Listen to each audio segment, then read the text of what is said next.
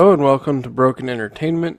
So, I kind of struggled today. I was trying to decide, do I want to talk about this whole Ta-Nehisi Coates writing Captain America, where he picks a specific YouTuber, Jordan Peterson, and parodies his ideas to use as the ideas of the archvillain Red Skull? Or do I want to talk about something better in terms of treatment of fans? And Ta-Nehisi Coates is a terrible individual, he's a terrible writer, and he's a political hack. And unfortunately, he's also the writer of the next Superman movie. So, you have that to look forward to. And he does very much attack Jordan Peterson, but he also is attacking YouTubers as a whole, because he's essentially saying YouTube is a place where young men, he left out the term white this time, but I'm sure they'll put that back in for the reprinting, right? Where young men go and they get radicalized because all these people on YouTube that don't like Marvel are radicalizing people all over the place, right? And it's pretty much par for the course for him. And I'm just like, it's just another Marvel thing. It's just another Marvel writer being a Marvel writer doing Marvel writer things. So Jordan Peterson will be fine. Okay? I'd rather talk about Brandon Sanderson. And this may be a multi-part video, we'll see. But we talk a lot about respect on this channel, and we talk a lot about creators treating their fans right, and creators pushing things out in a timely manner in some cases. George R. R. Martin. And the reason I want to talk about Brandon Sanderson today is because he does those things. And I want to highlight somebody who is out there treating the fans well, putting their product out in a reasonable amount of time, and generally treating the people that approach them and respect them with that same respect. This is not something Ta-Nehisi Coates does. If he found out you listen to YouTube channels that complain about Marvel, he'd be all over you. Okay? He has gone out there and openly called police officers horrible, horrible things. And said he didn't care about people dying on 9/11 in terms of the police officers and the firefighters. So, I don't have time for him. But Brandon Sanderson, this is his webpage. We'll just start with the webpage. Immediately, what do you have? He has the announcement of a new book out. But more importantly, he has these progress bars up that tell you exactly where he is on his current projects. And he's just started Mistborn 7. So immediately as a fan, you go to his site, immediately know what's going on. Do you see any politics? No. You scroll through here, he's got an article about work-life balance as a writer. He talks about where he is on his projects. He promotes his books that have just come out. Does a giveaway. Does a Kickstarter campaign. This is what fans want to know when they go to your site. And, by comparison, of course, you have George R. R. Martin. You go to his site and you get immediate political crap, right? When you watch his videos on YouTube, because he does have a YouTube channel, he has update videos and he talks about exactly what's going on. I've done this much. I have accomplished this. This is what's going on next, and it'll take probably about this much time. And I have seen him do YouTube live streams where he talks about all this stuff, and he's just signing books for an hour, and he'll just answer people's questions. No, you don't have to donate money. You don't have to go through any of these hoops. You just post a question. His moderator guy that's reading it will pick some out, and he answers them. You don't get that kind of interaction with a lot of creators, and you sure as hell don't get it with people like Ta-Nehisi Coates. But the other thing I want to talk about is his writing. And specifically, I'm going to refer to the Stormlight Archives.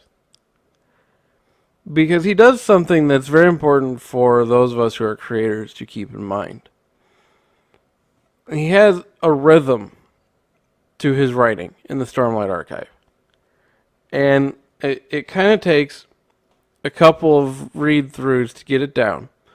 But he builds up a character and then he pulls them down. And then he builds up the character a little bit more and he pulls them down farther. And he builds up the character a little bit more and then he pulls them down even farther. Until all the characters kind of at the same time end up at the bottom. And you're like, wow, this is depressing. But what he does with the Stormlight Archives is he earns your trust that he's going to pull these characters out of that. Okay? He's not a grimdark writer, for which I greatly appreciate, because it just gets too awful to me. But, especially over multiple books. But he does pull his characters very, very low in each book. The difference is that he pulls them back up. And that is something all creators should be considering when they're writing. You have to challenge your characters. You have to pull your characters down before you can push them back up. And that's where you hook your readers, because they see these characters struggling. And struggle is the one thing everybody can identify with. Everybody has struggled at some point in their life and will struggle at some point in their life. We all understand what it's like to be at the bottom. So it's very easy to connect. And it's hard as a writer to really push your characters quite that far, because you're like, you don't want to be depressing. You might have attachment to the characters and so on. But when you do that, you pull the reader in and you pull their emotions in. Okay? They become very emotionally connected with these characters, and he has a lot of page length to do this over, because he doesn't really pull them way down until near the end of the book.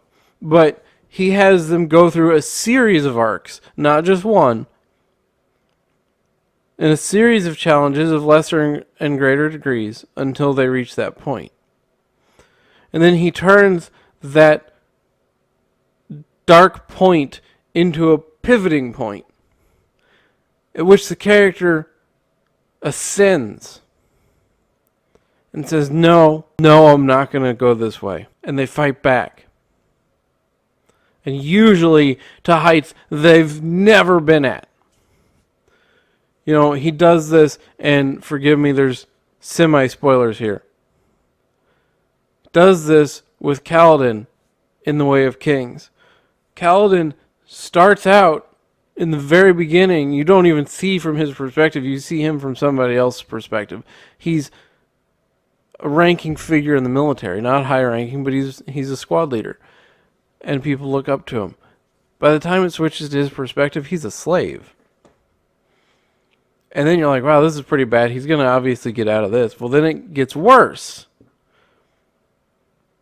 And he hits a point which he's literally standing and looking out over a cliff going, I'm going to step out over the damn cliff. But something makes him pause. He stops. He has a conversation. And he realizes, no, I'm going to fight one more time. And he rises back up. And he takes control of his situation as much as he can. And things improve until all of a sudden it gets worse. Because he makes a mistake. And everything gets worse. And he slips back into that depression. And this is just the beginning parts of the book, okay, up to maybe kind of the middle. It's not until the very end where at the same time you have Kaladin and you have Dalinar, and you have Adolin, who are other characters, all hit rock bottom at the same time. They've been up and down through struggles too. But they all hit rock bottom at the same time. And when they ascend, it's a real ascension. It's not simply getting through the struggle. Kaladin goes from a slave in this awful situation to one of the first returning Knights Radiant. And he says the first ideal. And in doing so, he saves everybody else. And he finally rises up out of that depression.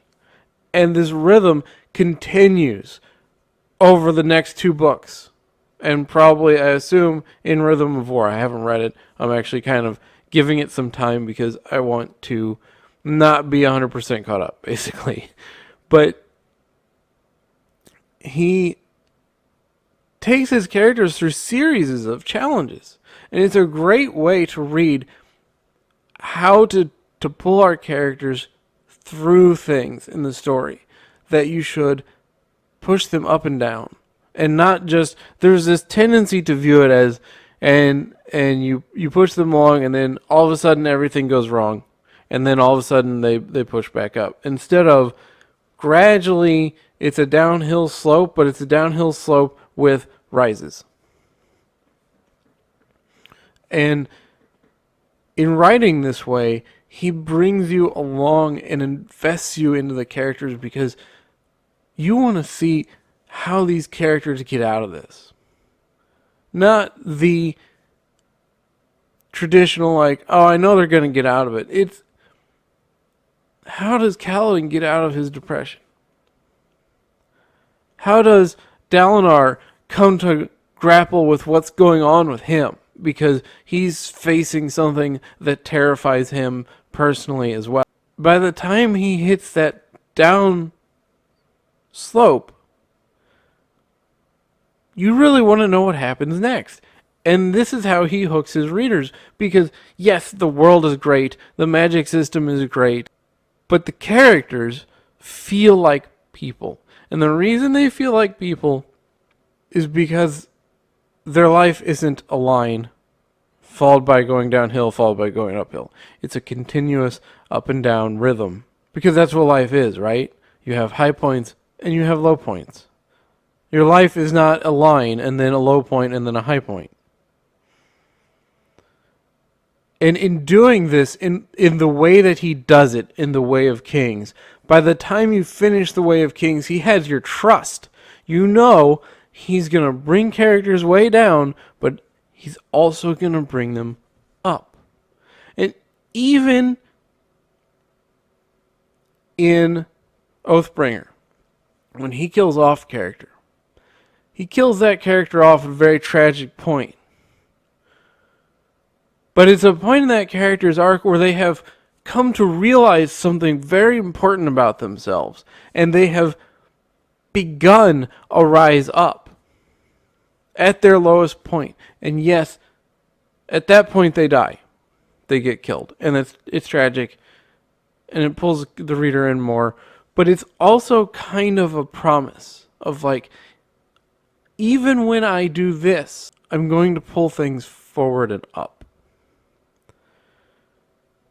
And that's ultimately what kept me reading, both through Words of Radiance and Oathbringer, because I don't like really dark periods in characters' history, because I have seen too many times where that just becomes the norm. And it goes on for a long period of time before they come back up, if they ever do. But by the time you finish Way of Kings, which is the shallowest low point, we'll say, for any characters compared to the other books. After having finished Way of Kings, when you get to that point in Words of Radiance, you realize, oh, he's going to pull these people back up. You don't know when, you don't know how, but you know what's going to happen. He's earned your trust as a writer. And it's the hardest thing to do for creators, is to earn the reader's trust, or the viewer's trust, what have you. And this is a great method of doing it. It's not the only method, but it is a great method. And it's why when I reviewed Shadow of the Conqueror by Shannon Brooks, I said I have a really hard time recommending this book because that trust isn't established. All right. And there's all this going on, and all this dark stuff, and you have a main character who's deeply unlikable, intentionally. But you don't have that trust yet. That's like a middle book, okay?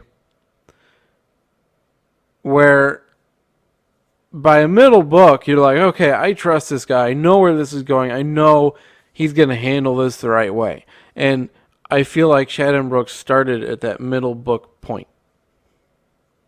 For me, with Brandon Sanderson, that middle book is Oathbringer, where you're like, wow, does it get bad? When he does this, in the first book, to a lesser extent, it's able to give you that trust, where in the second book, when things are much worse, when they get bad, you don't feel like you're going to be trapped in this quagmire of darkness. You feel like the characters somehow are going to ascend. And he makes that point where each time a character says one of the ideals is at this low point.